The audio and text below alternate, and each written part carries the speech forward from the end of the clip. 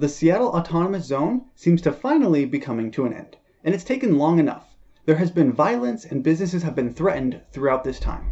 As a matter of fact, 4 people have been shot in or immediately around Chaz in the past week and a half alone. Now, before we look at those shootings and the businesses that are being extorted, let's actually look at the fact they changed their name from Chaz to CHOP.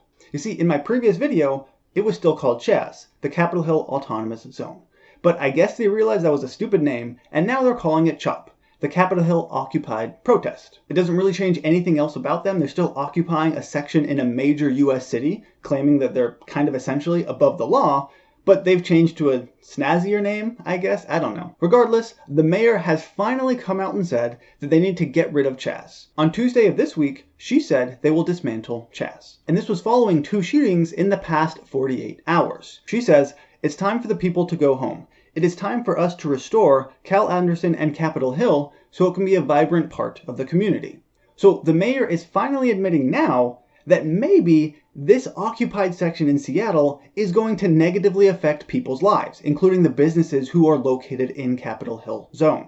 Contrast that to what she said at the beginning of this, where she said it could be a summer of love in Chaz. And she said it was just like a big block party that happens all over the place. I don't know about you, but most block parties don't involve occupying a section of a major US city for weeks at a time and result in 4 people being shot, one of whom has died.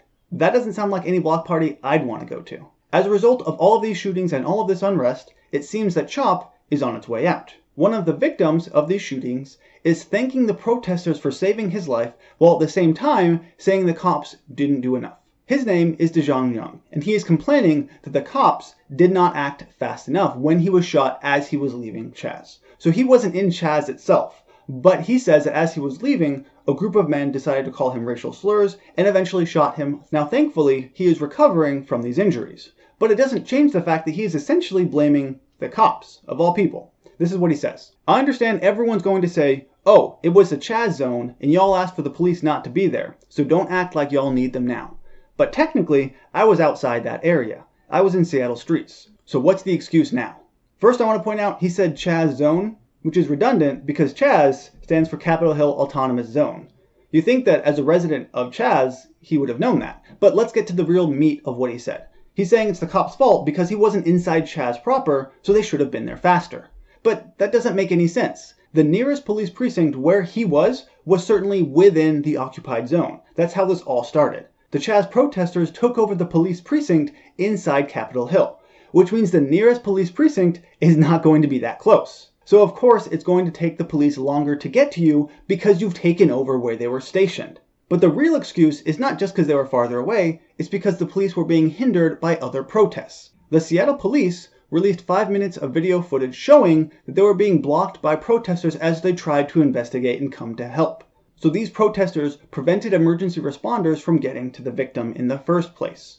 It's a pretty good excuse if you ask me. A leader of the Black Lives Matter in Seattle said the following: "There was no need for police or the fire department at that point because by the time police arrived, CHOP medics were gone to Harborview." So protesters who are volunteer medics took Young and they got him to the hospital, which is a good thing. Thankfully, he is going to survive. However, you can't blame the cops for not getting to you on time when other protesters were stopping them from getting there. You also can't say there was no need for police because the perpetrators have not yet been caught. I don't think the volunteer CHOP medics are going to go out and catch the perpetrators. So yes, the police are still needed because the crime was still committed.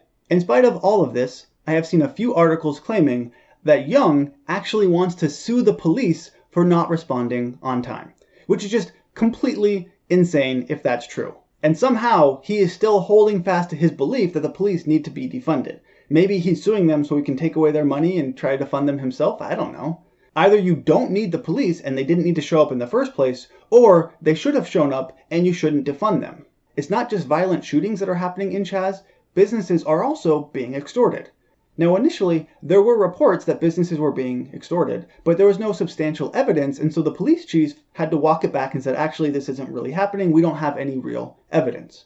But now, We kind of do. You see, dozens of businesses and apartment complexes inside the Capitol Hill Autonomous Zone are suing the city of Seattle because, as they say, the city's policies have effectively authorized the actions of the CHOP participants. The article continues, a collection of Seattle businesses, property owners, and residents sued the city over its tolerance of an occupied protest zone, saying officials have been complicit in depriving them of their rights to their property. Which is 100% correct. Again, the mayor of Seattle said that it was just like a block party and that they were within their First Amendment rights. But it's not just the people protesting who are affected. There were businesses and people living there who had no choice in the matter. Why is it fair that they are being in an occupied zone just because some protesters wanted it and the mayor thought it was okay? This is ridiculous. They continue. The suit says protesters, who have taken up residence at the CHOP for several weeks, threatened business owners with retaliation if those businesses painted over their graffiti. Over a dozen small businesses and apartment buildings are named as plaintiffs in the suit. So essentially, protesters came in and vandalized businesses and apartment complexes. And those business owners were told that if they repair the damage that was done, if they paint over the graffiti, they would face retaliation. To me, that seems like extortion. Now, it's not the exact claim that was made earlier, but they are threatening people, presumably with violence, if they don't do what they want. When you take police out of an area and you allow it to become kind of like the Wild West, stuff like this is going to happen. Businesses are going to be threatened and people are going to be attacked. That's already happened. And so finally, the mayor is saying this has gone too far and people need to go home. But people still don't want to go home. It's true that the numbers around CHOP have decreased by quite a bit, but there still are protesters trying to occupy the zone, saying that we're not going home until our demands are met. So hopefully things end peaceably, but I guess we'll have to see. If you have any comments or questions, go ahead and let me know down below in the comment section. As always, thank you for watching. Be sure to like and subscribe if you haven't already, and I'll see you next time.